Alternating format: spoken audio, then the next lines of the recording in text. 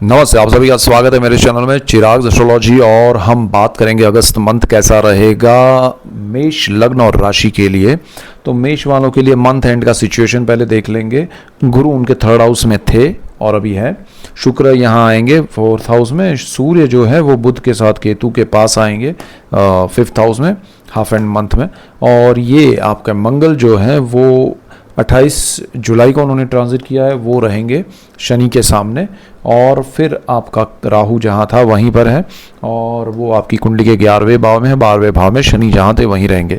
तो ओवरऑल ये month and का सिचुएशन है। तो वो घूम कर यहाँ पहुँचे, उससे पहले पूरे मंथ में आपको क्या इफेक्ट देके जाएंगे वो हम समझेंगे।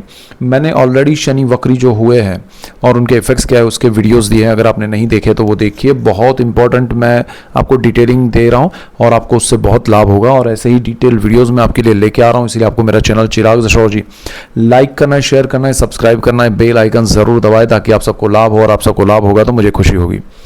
यहाँ देखिए आपके लिए मेष वालों, गुरु आपके जीवन में वक्री स्थिति की ओर जाने वाले हैं अक्टूबर में। उससे पहले वो बहुत स्पीड में चल रहे हैं। तो वो जो स्पीड है उनका वो ज़बरदस्त है और इसीलिए ये साहस पराक्रम का स्थान है, आपके ब्रदर सिस्टर का है, आपके पब्लिक रिलेशन का है, एचआर, मीडिया, ऐसे फील्ड में जो लोग हैं उनके लिए ये बहुत इम्पैक्ट करेगा। आपका दायरा बढ़ने वाला है, लेकिन अनप्लान्ड वे में सडनली आप लोगों के बीच में जाके कुछ भी कर सकते हैं, हो जाएगा, आपको पता नहीं चलेगा। तो उसके लिए आपको ध्यान रखना है, क्योंकि सेकेंड हाउस का मालिक जो है वो वीनस है, वो सुख भाव में बैठा है।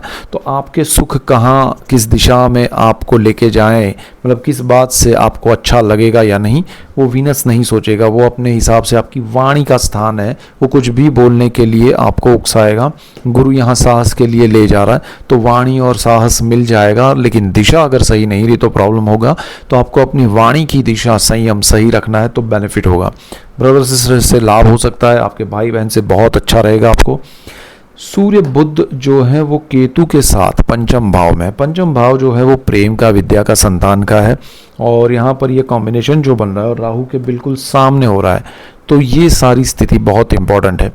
आपको प्रेम के मामले में थोड़ा एक मिसलीड, यानी कि सही पात्र से आप मिले नहीं, ऐसा हो सकता है, या मिले तो वो ब्रेक हो जाए, ऐसा हो सकता है। तो सारी चीज़ें यहाँ पर जो भी आपकी रिलेशनशिप है उस पर इफेक्ट करेगी, जो नेगेटिव हो सकती है। आपको यहाँ पढ़ाई में थोड़ा ध्यान देना पड़ेगा। आपको अपने जो भी एग्ज़ाम्स है उसके लिए एक्स्ट्रा प्रिपरेशन करनी चाहिए अगर अगस्त में है तो।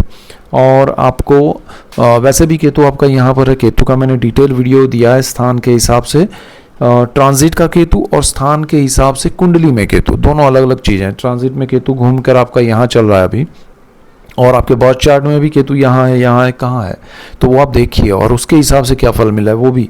तो वो सारा आपको मैंने ऑलरेडी दिया है, तो वो भी देखिएगा।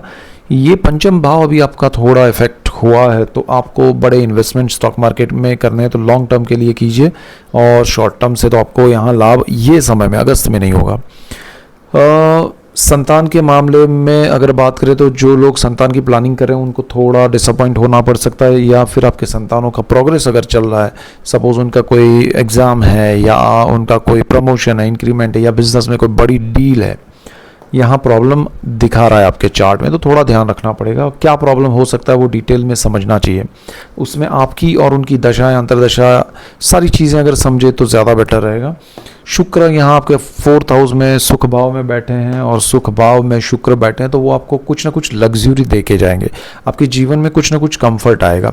जहाँ आपको काफ़ी समय से परेशानियाँ चल रही है, तो वो आपको लगेगा कि हाँ अब ये कुछ अच्छा सुकून महसूस हो रहा है, कुछ आपके जीवन में जो कंफर्ट आएगा उससे।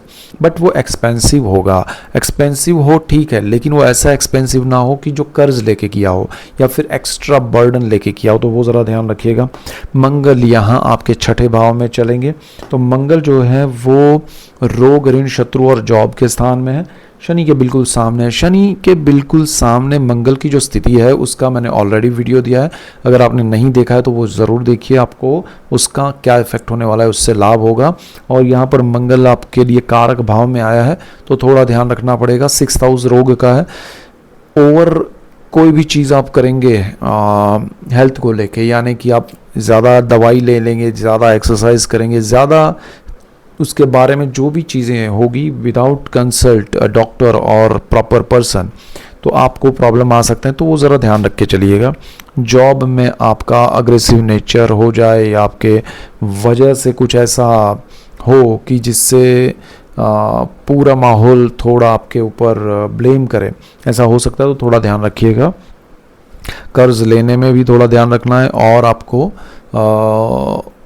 रोग के मामले में आपको कोई भी ऐसा इंडिकेशन मिले कि भाई मुझे ये प्रॉब्लम है, तो उसका सोल्यूशन ज़रूर करवाइएगा ओपिनियन लेके, लेकिन उसको अवॉइड मत कीजिएगा, ये ज़रूरी है।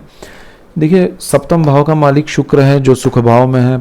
आपका लाइफ पार्टनर है जो भी, उससे आपको सुख चैन मिल सकता है। उनके साथ अगर आपका कोई डिस्टेंस चल रहा है, डिस्टर्बेंस चल रहा है, प्रॉब्लम चल रहा है, या आप दूसरे कंट्री में, वो किसी और कंट्री में है, तो यहाँ पर आप दोनों को एक दूसरे का सपोर्ट मिलेगा और उससे आप दोनों को अच्छा लगेगा। अष्टम भाव जो है वो आपका मंगल का ही घर है और मंगल आपके 6th हाउस में बैठा है, तो आपको थोड़ा हेल्थ को लेके ध्यान देना ज़रूरी होगा। पैतृक संपत्ति के डिस्प्यूट्स में आप उलझ ना जाएं, उसकी वजह से आपके बड़े लॉसेस ना हो, वो ध्यान रखना है। और आपका जो भी अकल्ट है, जैसे तंत्र मंत्र यंत्र शास्त्र है, गुप्त विद्याएं हैं, उसमें आप बिना वजह के, मतलब आपको उसमें कोई इंटरेस्ट नहीं है, लेकिन फिर भी आप कुछ बड़ा सोच के कूद पड़ेंगे तो उसमें कुछ मिलेगा नहीं, तो ये करेक्ट टाइम नहीं है और कॉम्बिनेशन नहीं है। दूसरी चीज़, आपको गुप्त विद्याओं में, गुप्त धन में बहुत इंटरेस्ट आएगा, आपको लालच आएगा, लेकिन कुछ मिलेगा नहीं, तो उसके पीछे भी मत भागिएगा। और लोग पूछते हैं कि अरे आप रेमेडीज़ नहीं बताते, यही रेमेडी है कि उसके पीछे नहीं जाना है। फिर आप जाएंगे, फंसेंगे, फिर रेमेडी ढूंढेंगे तो क्या होगा, कुछ नहीं होगा, तो जाना नहीं है। This is the biggest remedy. और आपका यहाँ पर गुप्त रोग भी है, तो आपको जो बॉन से रिलेटेड जो होता है, या कुछ लोगों के चार्ट में कॉम्बिनेशन क्या बन रहा है उस पर डिपेंड करेगा, लेकिन यहाँ आपको कुछ ना कुछ प्रॉब्लम होगा तो इंडिकेशन ज़रूर मिलेगा। You don't need to avoid, but straight forward आप सीधा डॉक्टर के पास जाइए, ओपिनियन लीजिए तो ज़्यादा बेटर रहेगा। राहु आपके 11th हाउस में बैठा है, भाग्य आपका अच्छा है, गुरु यहाँ पर बैठा है, देख रहा है, भाग्य का सपोर्ट आपको मिलने वाला है, बहुत पॉजिटिव होने वाला है भाग्य आपका। सो ये सारी चीज़ें जो है उसमें भाग्य आपका बड़ा रोल प्ले करेगा, तो ये सारी चीज़ें डाइल्यूट होगी, बट ख़त्म नहीं है। तो उस डाइल्यूट जो चीज़ें, और ये थोड़ी सी भी है तो कम है लेकिन है, तो उसका इफेक्ट आपको मान के चलना है, अवॉइड नहीं करना है, ये ध्यान रखिएगा। आपका कर्मस्थान बहुत पावरफुल हो रहा है शनि की वजह से, और शनि उसमें आपको विदेश से रिलेटेड जो भी कार्य है उसमें सपोर्ट करेगा। आपका बिजनेस, जॉब कुछ बाहर है या बाहर जाना चाहते हैं, शनि आपको भेज सकता है।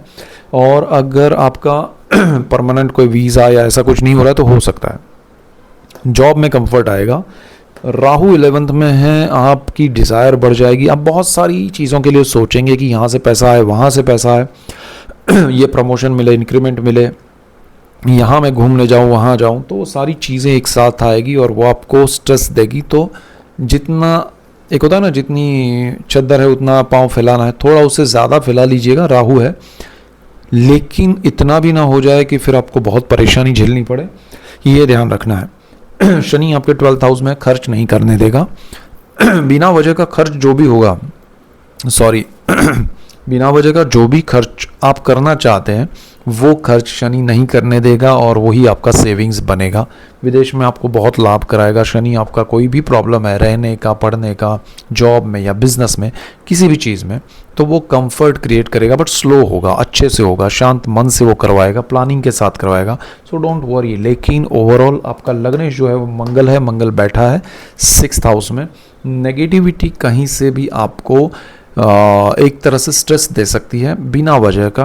अगर आप अपने कंफर्ट के लिए लोन या कर्ज नहीं लेंगे तो बेटर रहेगा। साहस पराक्रम करना है, गुरु के हिसाब से, शनि के हिसाब से प्लानिंग करके, गुरु के हिसाब से ध्यान देके और सही दिशा में, तो आपको बहुत लाभ होगा। भाग्य का सपोर्ट है, तो अगस्त महीना आपके लिए अच्छा है, बहुत अच्छा है, सारी चीज़ें आपके लिए फेवरेबल हो सकती है।